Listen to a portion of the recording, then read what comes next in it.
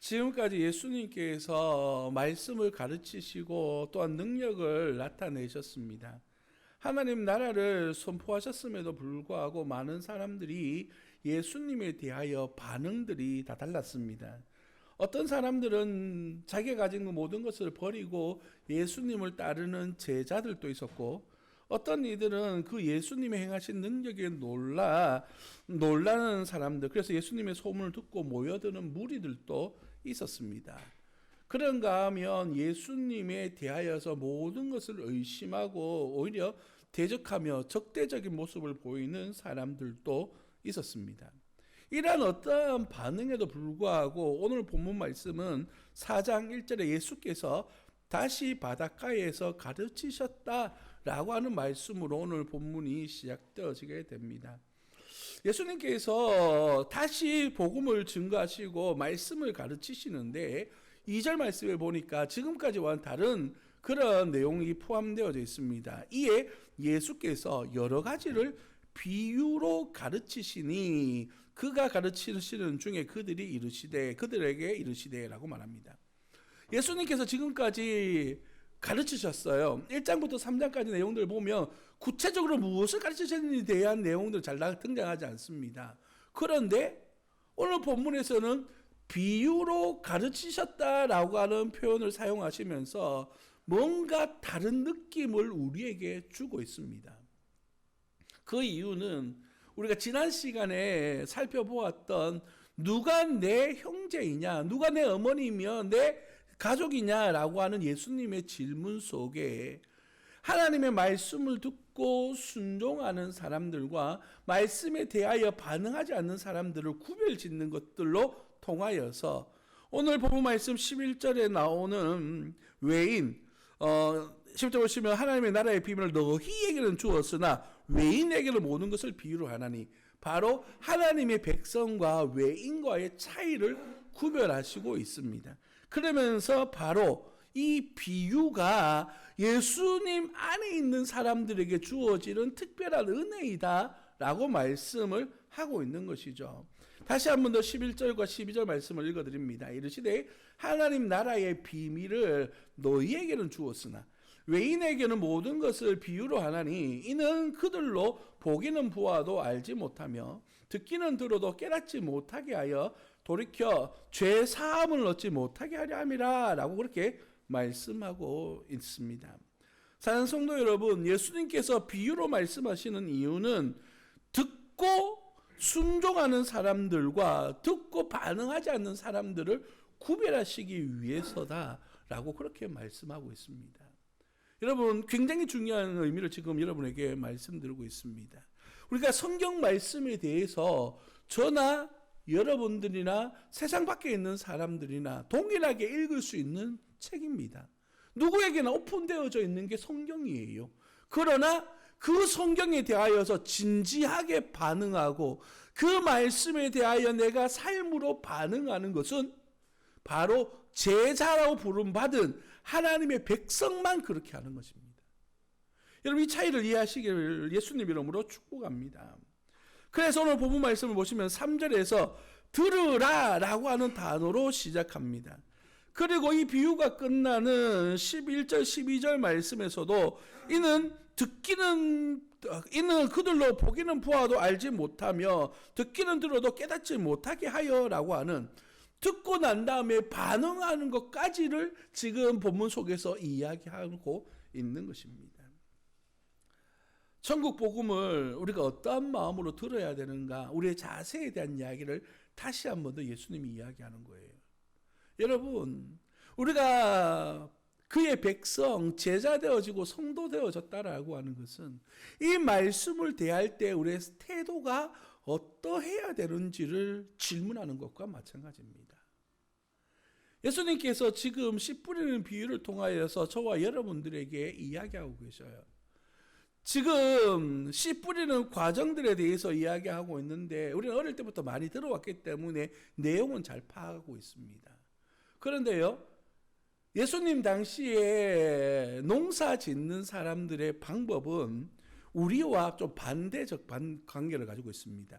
우리는 먼저 땅을 딱 갈아놓고 난 다음에 잘 가꾸어진 땅에다가 물도 대놓고 씨앗을 심지 않습니까? 그런데 이스라엘은 농사법이 이렇지 않습니다. 본문처럼 그냥 뿌려요. 뿌려놓고 난 다음에 땅을 가는 겁니다. 그래서 돌짝밭에 떨어지든 가시밭에 떨어지든 그게 중요하지 않습니다. 그 다음에 농사하는 분들이 어떻게 그것을 관리하느냐에 따라서 열매가 맺혀지기 때문인 것이죠. 그래서 오늘 본문 말씀을 읽을 때에 우리가 지금까지 알아왔던 것처럼 단순하게 내가 좋은 밭으로 준비되어져야지 이러한 마음으로 말씀을 읽으면 오늘 잘못 접근하시는 겁니다. 그래서 오늘 말씀을 잘 따라오셔야 되는데 오늘 본문 말씀의 배경은 이스라엘 백성들이 하나님의 말씀에 대하여 불순종해서 이제 포로로 바벨론으로 아수르로 잡혀가고 난 다음 하나님께서 그들에게 약속의 말씀으로 무엇을 주셨냐 하면 너희들이 70년 후에 다시 돌아와서 이 이스라엘 땅을 경작하여 이곳에서 나온 씨앗으로 먹게 될 것이다 라고 하는 회복의 약속을 주셨어요. 그래서 이스라엘 백성들이 다시 돌아와 내 고향 하나님의 은혜의 땅 약속의 땅에서 다시 일상적인 삶을 살아가는 것에 대한 이야기인 겁니다. 씨 뿌리고 농사를 짓는다라고 하는 이 비유는 이 일에 약속을 받은 사람들이 이것을 대하는 태도에 대한 이야기를 이야기하는 겁니다. 그래서 오랜 유배 생활 끝에 하나님의 백성이 다시 돌아와서 씨앗을 심는 과정 속에서 어떻게 씨앗을 심어야 되고 어떻게 이를 거두어 가야 되느냐라고 하는 이유를 이야기하는 것입니다. 우리 여기 본문 말씀에서 이렇게 이야기해요. 씨를 뿌리는 자가 뿌리러 간답니다. 씨 뿌리는 사람이 누굽니까? 하나님이죠. 우리 하나님께서 복음의 씨앗을 사람들에게 주셨어요. 그리고 그 뿌렸는데 어디로 떨어집니까? 덜어는 길가에 떨어집니다. 덜어는 흙이 얕은 돌밭에 떨어지고 덜어는 가시떨기에 떨어지고 덜어는 좋은 땅에 떨어졌습니다. 결과는 아는 것처럼 좋은 땅에 떨어진 열매가 30배, 60배, 100배의 놀라운 결실을 맺어냈습니다. 여러분, 여기에서 끝나는 것이 아니라 이 말씀을 받은 사람들의 반응을 보십시오. 많은 사람들, 무리들 앞에서 이 예수님께서 비유로 말씀하여 주셨어요. 똑같이 사람들이 그곳에서 예수님의 말씀을 들었는데 반응하는 사람들은 어디에 있습니까? 10절 말씀을 보십시오. 예수께서 홀로 계실 때에 함께한 사람들이 12제자와 더불어 그 비유에 대하여 물으니라고 말합니다. 모두가 동일한 이야기를 들었지만 예수님의 제자들과 무리들 가운데에 말씀에 대한 기대감이나 욕심이 있는 사람들만 예수님이 홀로 있을 때 찾아가요. 그리고 예수님 지금 주신 말씀의 의미가 무엇입니까? 라고 지금 질문하고 있는 것이에요. 복음의 씨앗은 동일하게 우리에게 떨어져 있습니다. 그러나 그 복음의 말씀에 대하여 반응하고 그 말씀에 대한 기대감을 가진 사람은 달라요. 본문에서 등장하는 것처럼 씨를 동일하게 뿌려졌지만 어떤 사람들은 길가에 떨어져서 그냥 사람들에게 밟혀질 뿐입니다. 어떤 이들에게는요 돌짝밭처럼 떨어져서 세상 환란이 다가왔을 때 다 먹어버려요. 새들이 와서 먹어버렸습니다. 어떤 이들은 가시떨기 속에 떨어져서 자라지 못했습니다. 그러나 옥토 그 말씀에 대한 기대감과 소망이 있는 이들에게는 가슴 깊이 뿌리를 내려져서 그 삶으로 드러나는 풍성함을 누리게 된다라고 그렇게 말씀하셔요. 그런데요 얼마나 풍성함을 이야기하느냐 하면 30배, 60배, 100배라고 이야기합니다. 실제로 농사를 지어서 이만큼 얻기가 쉽진 않았을 겁니다. 그런데 예수님이 굳이 30배, 60배, 100배라고 이야기하는 것은 그 풍성함이 너희가 기대한 것보다 더 많은 풍성함으로 채워주실 것이다 라고 하는 하나님의 축복의 은혜를 이야기하는 겁니다. 8절 말씀에 보면 덜어는 좋은 땅에 떨어짐에 우리의 이 하나님께서 우리에게 주신 복음의 은혜가, 그 말씀 은혜가 우리 가운데 떨어졌을 때에 우리 안에서 나오고 자라고 생산해내서 놀라운 하나님의 역사를 이루어내는 믿음의 자녀가 되시기를 예수님 이름으로 축복합니다. 우리 본문 말씀 속에서 마가가 우리에게 말씀해 보고자 하는 의지는 무엇이냐 하면, 너희가 이 말씀에 대하여 어떤 기대감을 가지고 있느냐, 어떤 그 말씀 우리에게 주어졌을 때에 우리의 삶의 환경을 돌아보면 결코 쉽지 않을 때가 많아요. 어떤 이들처럼 정말 좋은 땅에 떨어져서 은혜의 열매들이 풍성하게 맺어지면 얼마나 좋겠습니까? 그러나 어떤 사람들은 길가에 떨어지는 것처럼 그냥 낭비되어지는, 한쪽 귀로 듣고 한쪽 귀로 흘려지는 말씀이 되어질 때도 있는가 하면, 어떤 이들은 바위 위에 떨어져서 없어지는, 타버려지는 그런 말씀도 있는 것 같기도 하고, 말씀이 자라다가 그냥 힘없게 사라져가는 그러한 모습이 나타날 때도 있어요. 그게 저와 여러분들의 현실의 모습 아닌가요? 그런데도 이 씨앗은요, 결국에는 기대하고 소망하는 옥토와 같은 마음으로 주님을 기대하는 사람들에게는요, 시간이 걸리더라도 30배, 60배 결실을 맺어간다는 사실입니다. 우리에게 필요한 것은 인내요, 기다림입니다. 우리가 주의 일들을 소망하면서, 아니 이 땅에서 하나님 나라 백성으로서 삶을 살아가는 것이 정말 가시떨기처럼 뭔가 좀 해보려고 하면 뭔가 찌르는 일들이 생길 때가 있고, 정말 말씀을 듣고 은혜가 넘쳤으면 좋겠는데 말씀을 들었는데 어느 순간 집에 가는 길 다 잊어버리고 그럴 수도 있어요. 그러나 말씀이 우리에게 떨어졌고 그 말씀이 열매 맺기 시작했기 때문에 우리 하나님의 은혜는 30배, 60배, 100배의 열매로 가득 차게 될 줄 믿습니다. 그래서 오늘 본문에서 예수님이 이렇게 말씀하시는 거예요. 9절에서 또 이르시되 들을 귀 있는 자는 들으라. 말씀에 대한 소망이 있는 이들은 듣고 그 말씀의 은혜가 넘쳐나기를 예수님 이름으로 축복합니다. 여기서 말하고 있는 이 들으라라고 하는 이 말씀의 뜻은 그냥 귀로 듣는 것을 이야기하는 것이 아닙니다. 이 말씀을 듣고 내 마음판에 새기면서 우리의 삶으로 주님 앞에 나아가는 것이죠. 이걸 다른 말로 표현해 보면 끈질김이라는 표현을 써보고 싶습니다. 11절 말씀에 보면, 뒤에 문 좀 닫아주시겠습니까?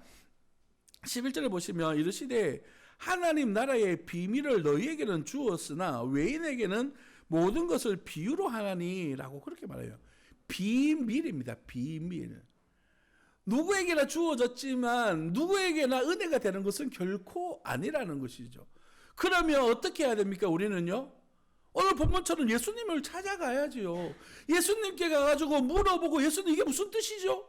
예수님 이게 말씀의 의미가 무엇입니까? 라고 질문해야 되는 거예요. 예수님이 처음부터 예수님의 제자들이 탁월한 믿음의 모습을 보였습니까? 아닙니다. 그들이 인내하고 견디고 승리했을 때 우리 주님의 놀라운 일들을 이루어낸 것이지 처음부터 믿음에 있는 모습을 보여주지는 않았어요.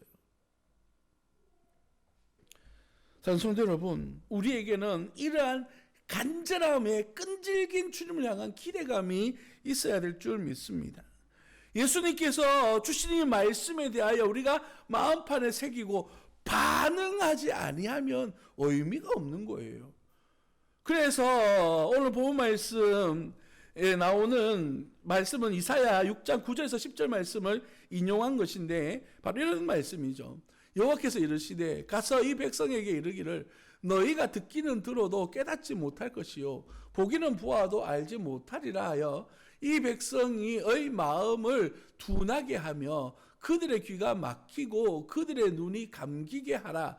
염려하건대 그들이 눈으로 보고 귀로 듣고 마음으로 깨닫고 다시 돌아와 고침을 받을까노라 하시기로.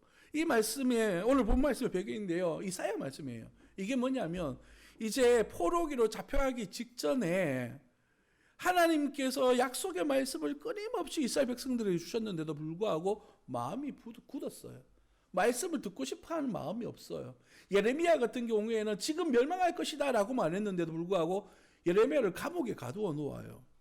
그래서 하나님의 말씀에 대해 귀를 완전히 닫아버렸습니다. 그때 주신 말씀이 이 말씀이에요.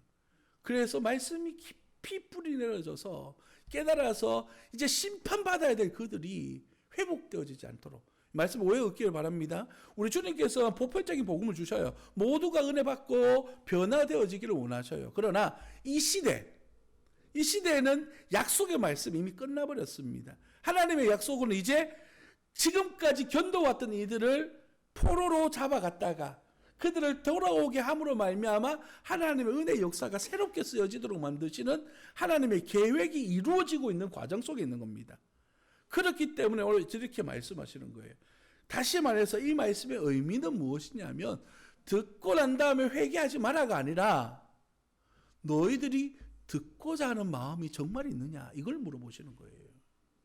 마지막 때에 주님께서 복음의 메시지를 다 주셨는데 그 말씀을 듣고 반응하면서 하나님 내가 이 약속의 말씀 앞에 순종하고 내가 삶으로 주님 앞에 변화된 삶을 살겠습니다 라고 반응하는 이들에게는 하나님께서 은혜를 주시는 거예요. 풍성함으로 채워주시는다고요. 그러나 귀를 닫고 마음을 닫고 오늘 또 목사님 또 그 얘기 하시네. 내가 어릴 때 들었던 그 말씀이 또 들려주는구나. 이러면 마음속에서 변화가 나타날 수가 없는 겁니다. 지금 예수님께서 그 제자들에게 하시는 말씀이 그 말씀이에요. 12절 이것은 그들로 보기는 보아도 알지 못하며 듣기는 들어도 깨닫지 못하게 하여 돌이켜 죄의 사함을 얻지 못하게 하려 함이라. 용서받지 못하게 하겠다라는 것이 아니라 그들이 이 말씀에 대하여 정말 반응하고자 하는 마음이 있느냐,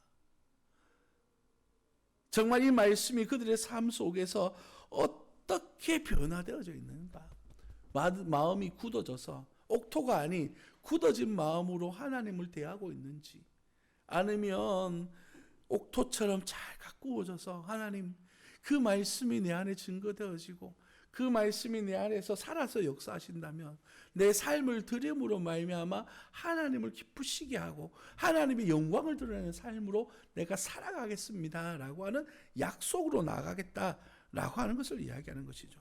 그래서 13절로부터 시작되어진 20절까지 약속의 말씀은 그 말씀이 내 속에 떨어질 때 내가 어떻게 반응할까요? 라고 말씀하시는 우리 주님의 말씀인 것이에요. 성도 여러분, 우리가 믿는 믿음은요 결코 쉽게 얻어진 것이 아닙니다. 우리에게는요 처음 복음이 증거되어진부터 지금 이 순간까지 풍파, 어떤 날에는 은혜 가운데 풍성하게 성장하는 때가 있는가 하면 어떨 때는 정말 가슴 아프고 고통스러운 시간들을 인내하며 견뎌내면서 지나왔던 순간들도 있었습니다. 그래서 지금 이 순간 여러분의 믿음을 가지고 있는 거예요. 다른 말로 표현해보면 지금 이 순간 내가 힘들고 어려움의 시간들을 보내고 있다면 우리 주님께서는 은혜로워서 여러분을 채우시고 역사하시고 돌보실 날이 곧 다가온다는 것을 우리에게 말씀하고 있는 겁니다. 결코 믿음은 쉽게 얻어지는 것이 아닙니다. 그런가 하면 오늘 이 복음 말씀의 핵심 중에 하나는 뭐냐면 이 복음이 우리에게 증거되어지고 은혜의 말씀이 우리에게 증거되어졌을 때 우리 하나님은 우리를 통제하지 않는다는 것입니다. 무슨 뜻이냐면 우리 주님께서 말씀을 이렇게 주셨으니까 30배, 60배, 100배의 결실을 맺도록 우리는 무조건 찔러댄다고 말씀하시지 않는 거예요. 어떻게 반응하시든지 우리 주님은 우리를 지켜보고 계시는 거예요. 여기 네 가지 마음밭처럼 어떤 이들에 따라서 사람들마다 반응이 다 달라요. 그러나 예수님은요 그 반응들을 그대로 받아주시는 거예요. 우리가 하나님의 말씀에 대하여 이건 아닌 것 같은데 라고 말한다. 그래서 우리 하나님이 야 너 그렇게 하면 안 되지, 막 때리시거나 질타하신다, 복을 안 주신다, 뭐 이런 쪽으로 해석해서는 안 된다는 겁니다. 우리 주님께서는요 인내하여 기다리시는 분이에요. 이걸 신학적인 용어로 견인이라고 하는 표현을 씁니다. 주님께서 인내하고 기다려 주셔서 우리가 주님이 원하시는 만큼 성장할 때를 기다려 주시는 거예요. 우리를 조종하지 않으신다는 겁니다. 이게 얼마나 놀라운 은혜인지 아십니까? 우리가 알고 있는 많은 종교에는요, 이런 것이 있습니다. 가는 것이 있으면 오는 것이 있어야 된다. 내가 이 종교 생활을 이렇게 했으니까 나에게 이만큼을 주셔야 돼요 라고 하는 기대감이 있는 거예요. 내가 넣은 만큼 뽑아야 돼요. 자판기처럼. 내가 돈을 넣었으니까 이만큼 받아야지. 그게 종교인데 우리 기독교는 그렇지 않은 거예요. 내가 얼마를 넣는가, 얼마를 투자하는가의 문제가 아니라 내가 주님이 기대하는 만큼 얼마나 성장하고 있느냐를 기다리시는 것이죠. 그래서 주님께서 내게 주시는 것이 어떨 때는 풍성함의 은혜가 있을 때가 있는가 하면 어떨 때는 좀 고통스럽고 인내를 견뎌내야 될 때도 있는 겁니다. 그래서 세상 가치를 우리 복음 안에 증거해 넣어서 무조건 내가 이렇게 기도했으니까, 내가 이렇게 말씀으로 순종했으니까 내가 이만한 거 주십시오, 이런 기대감으로 보면 안 된다는 겁니다. 인격적인 하나님은요, 우리에게 적절함으로 채워주시고 필요한 때에 부어주시는 것이에요. 이것이 바로 은혜라고 하는 겁니다. 그래서 20절 말씀이요, 여러분에게 전달되어지는 겁니다. 20절 말씀을 다 같이 한번 읽어볼까요? 20절입니다. 시작. 좋은 땅에 뿌려졌다는 것은 곧 말씀을 듣고 받아 30배나 60배나 100배의 결실을 하는 자니라. 아멘. 여기에는 시기가 없습니다. 하나님의 말씀의 씨앗이 여러분에게 분명히 뿌려졌습니다. 그리고 그 말씀이 여러분 속에서 자라나고 있어요. 그리고 그 열매가 이제 30배, 60배, 100배의 열매들로 여러분의 삶을 채워가게 될 것입니다. 여러분, 그게 때가 언제가 될지는 몰라도 우리 주님께서 반드시 약속하셨으니까 그러한 열매가 여러분의 삶 속에 풍성하게 채워지기를 예수님 이름으로 축복합니다. 말씀을 이제 마무리하려고 합니다. 이 말씀을 받는 사람들에게 있어서 이제 예수님께서 우리에게 말씀을 주셨다면 받는 바 입장에서의 이야기를 좀 해보려고 합니다. 지금 이 말씀이 모든 사람들에게 동일하게 전해졌는데 이 말씀에 대하여 반응하는 사람들은요, 이 말씀에 대한 가치를 아는 사람들이었어요. 무슨 말이냐면 예수님의 제자들 그리고 예수님을 따르는 무리들은요, 예수님 이게 무슨 말씀입니까? 라고 하는 말씀에 대한 기대감을 가지고 있었죠. 이걸 다른 말로 표현해보면 통찰력이라고 이야기합니다. 동일하게 말씀이 주어졌고 씨 뿌리는 이야기는 거기에 있는 모든 사람이 다 아는 이야기예요. 그래서 이 말씀을 다 아는 이야기인데 하고 끄떡끄떡하고 넘어가 버리면 그냥 가치 없는 이야기로 끝나버려요. 그러나 이 말씀 속에 뭔가 숨겨진 비밀이 있고 이곳에 예수님에 대한 예수님께서 우리에게 주시고자 하는 비밀이 숨겨져 있구나 깨달은 사람, 통찰력 있는 사람들에게는 은혜로 다가온다는 것입니다. 사랑하는 성도 여러분, 우리가 시간에 대한 이야기를 항상 여러분에게 드렸습니다. 여러분에게 지금 동일한 한 시간이 흘러가고 있어요. 그러나 이 한 시간을 붙들고 내 삶의 의미로 받아들이는 사람들에게는요, 평생이 기억에 남는 한 시간이 될 수 있겠지만 그냥 하고 지나간 사람들에게는 여느 때와 같은 하루가 지나가 버리는 거예요. 기억에 남지 않습니다. 여러분 삶 속에 하나님의 말씀에 대한 통찰력이 있기를 예수님 이름으로 축복합니다. 그래서 여러분의 삶을 변화시키고 여러분의 인생을 새롭게 변화시켜 나아가는 은혜가 있기를 예수님 이름으로 축복합니다. 이 말씀 속에 숨겨진 의미가 여러분의 삶을 이끌고 여러분의 삶의 은혜와 능력으로 나타나기를 예수님 이름으로 축복합니다. 기도하겠습니다.